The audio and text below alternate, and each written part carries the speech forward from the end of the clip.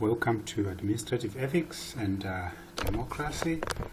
This will be just a recap of what we've already done, since we've already covered everything in the class, except for a few things at the end.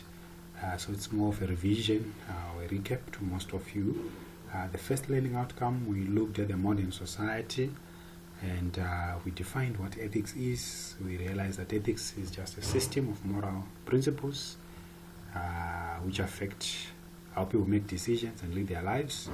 It is also concerned with what is good for individuals and society, and is also described as a moral philosophy.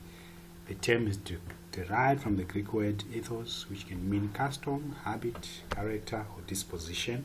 So ethics covers a lot of a number of dilemmas, which include how to live a good life, our rights and responsibilities, the language of right and wrong, moral decisions, what is good, and what is bad. So that's ethics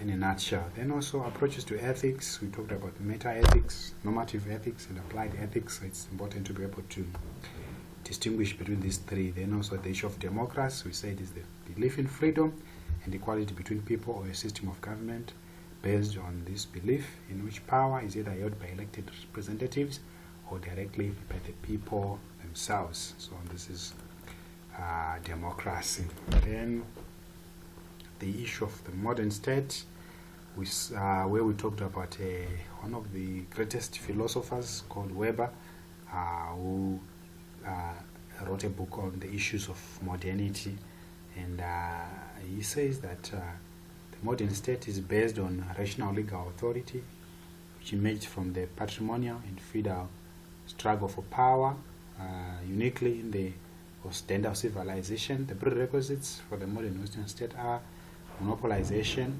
by central authority of the means of administration and control based on centralized and stable system of taxation, and also monopolization of the legislature. Then also the modern state, which is defined by Weber as an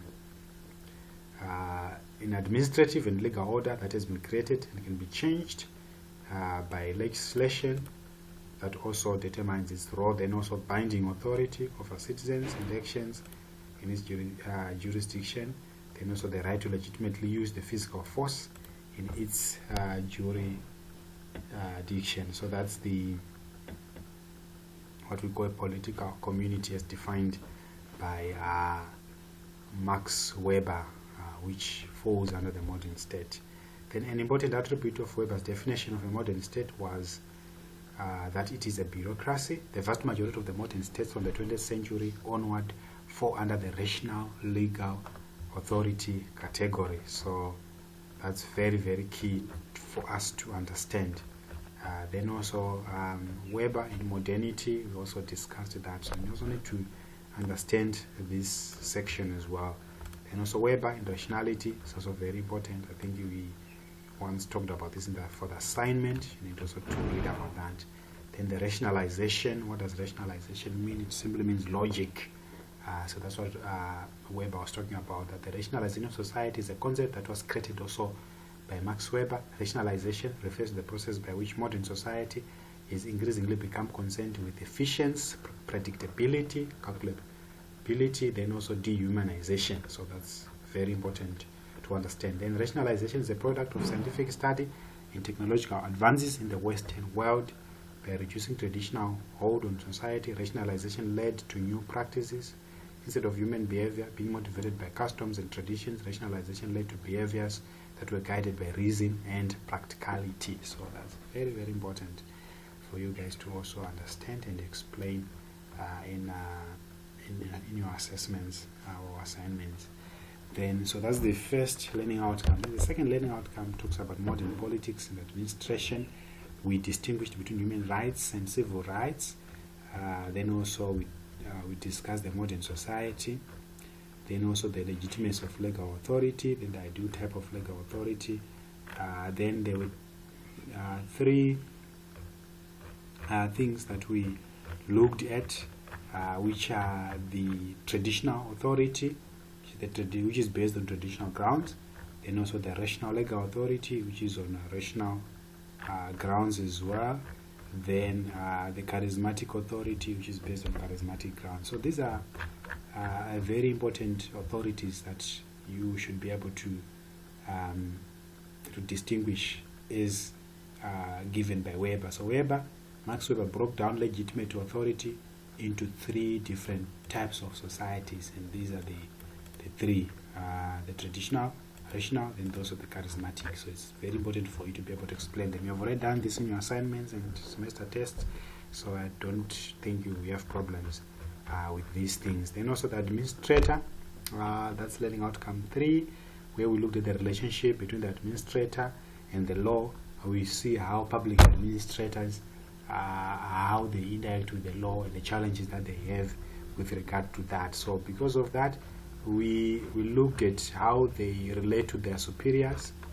After looking at how they relate to the law, then also how they relate to the superiors, and also how they relate to the civil society. Then we looked at the ethical dilemmas, or ethical, which is very, very important part of this learning outcome. As we have seen in the semester tests and also the exams, we have looked at these dilemmas, and it's important for you to be able to recall and explain these dilemmas. So we discussed about 7, but you are free to look for more. We talked about administrative discretion, corruption, nepotism, administrative secrets, information leaks, public accountability, police dilemmas. So we need to be able to understand and briefly explain these things, these dilemmas that public servants or public administrators face on a day-to-day basis. And these notes give you very good explanations on these things. Then also learning outcome 4, it's about ethics and responsibility. We looked at administrative ethics. And administrative ethics, we say before that we defined ethics as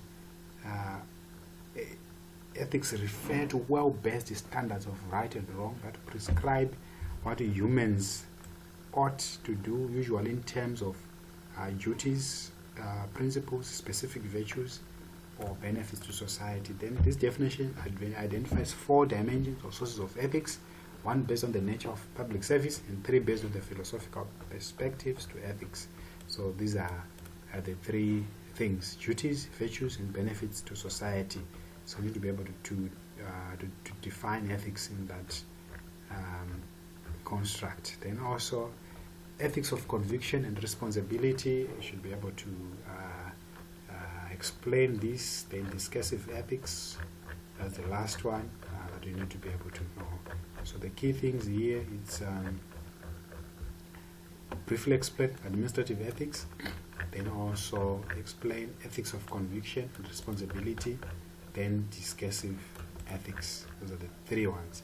And I know in the semester, mid-semester, we discussed discursive ethics. In the assignment, I think we had the other 2, so we have already covered all this information. Then the last learning outcome, it's about freedom of expression, the public space, and democracy. Freedom of expression, what it entails, we say it refers to the ability of an individual or group of individuals to express their beliefs, thoughts, ideas, and emotions about different issues, free from government censorship. That's very important. Freedom of expression is essential to individual liberty and contributes to what is called the marketplace of ideas. Then if you look, there's also even a Universal Declaration of Human Rights, which talks about the right to the freedom of expression. Then this includes the right to express your views aloud, for example, through public protest and demonstrations, through published articles, books, or leaflets, television, radio broadcasting, works of art, the internet, and social media. So these are some of the what is entailed when we talk about freedom of expression. Then freedom of expression and democracy, that's also very important.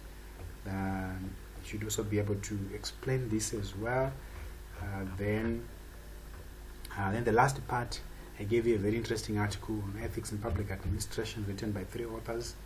So the authors, so this is for your extra knowledge, especially on the issues of ethics and public administration. I require you guys to also go through this article It's very interesting. It makes very important points about ethics and how the role that they play in public administration. So I expect you guys to also read through this and understand exactly what issues that these guys are tackling. But otherwise, this is what this module entails, and we have covered this in class, so I know that there's nothing new to you guys. This is just a recap, and you guys have been doing very well in your tests and your assignments. I'm very confident that you guys are very comfortable with the contents of this module. And thank you guys. I wish you the best. Thank you.